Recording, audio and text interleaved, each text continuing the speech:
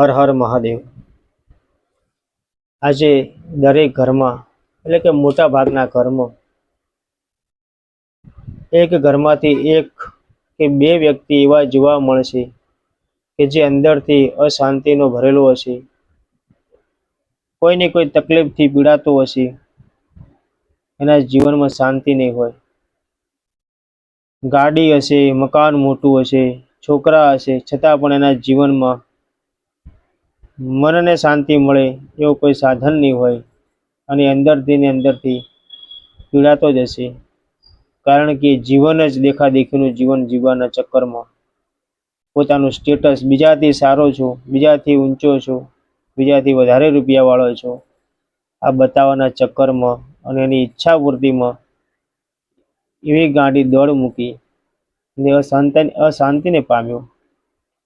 ખબર છે જવાનું એકદમ સાદા કપડામાં છે, એન્જિન વગરની લાકડાની ગાડીમાં અને એસીની જગ્યાએ ધગધગતા અગ્નિમાં બળીને ખાખ થવાનું છે।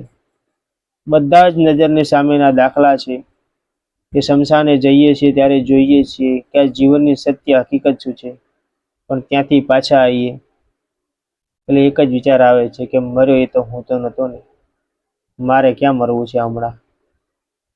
આ વિચારથી પાછો એના એ જ માયા ચક્રમાં ભરાઈ જાય છે। પણ હવે તો આટલું બધું જોયા પછી હવે તો જાગો। અને જ્યારે મરણ પથારી નજીક આવે છે ત્યારે વિચાર આવે છે કે બીજાના બતાવવા જે જીવનમાં ગાંડી દોડ મૂકી અશાંત જીવન જીવ્યો, એ જ લોકો બધો જ તમારા શરીર ઉપરથી ઉતારી દેશે।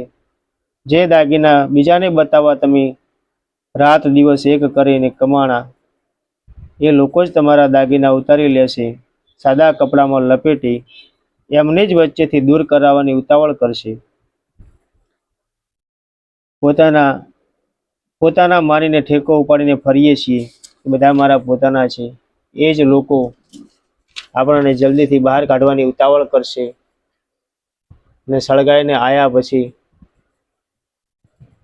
જેને આપણે પોતાના છે કહીને ગળે વળગાડતા હતા, એ જ લોકો આપણને અગ્નિદાહ આપ્યા પછી કે આપણને સમાધિ આપ્યા પછી એ જ લોકો પેલા નાહવા માટે પાણી ગોતશે। વિચાર તો કરો, તમે કોને પોતાના માનો છો? શા માટે આટલા બધા બંધનમાં જકડાઈ જાય છે જોડે રહી? મનુષ્ય યોની પહેલા કઈ યોનીમાં આ બધા લોકો આપણી જોડે હતા કે નહોતા એ ખબર નથી, અહીંથી ગયા પછી આપણને કઈ યોનીમાં અવતાર મળશે એ ખબર નથી। આજ આજુબાજુના લોકો, આ ધર્મ, આ સમાજ, આ બધા કયા યોનીમાં જશે કોઈને ખબર નથી। અને બીજી યોની મળે ત્યાં જ આગળનું જીવન ઇરેસ થઈ જાય છે, બધું જ ભગવાન ભૂલવાડી દે છે।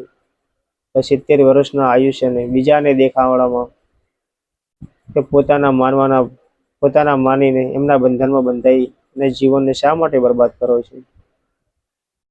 અને શમશાનનો જે દાખલો છે ને, એના જો ઉત્તમ દાખલો જીવનમાં કોઈ આપણને શીખવાડશે નહીં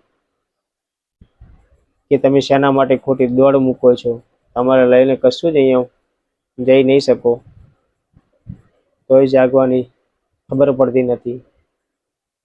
જાગી જાઓ ને જાગૃત મનથી જીવન જીવીએ।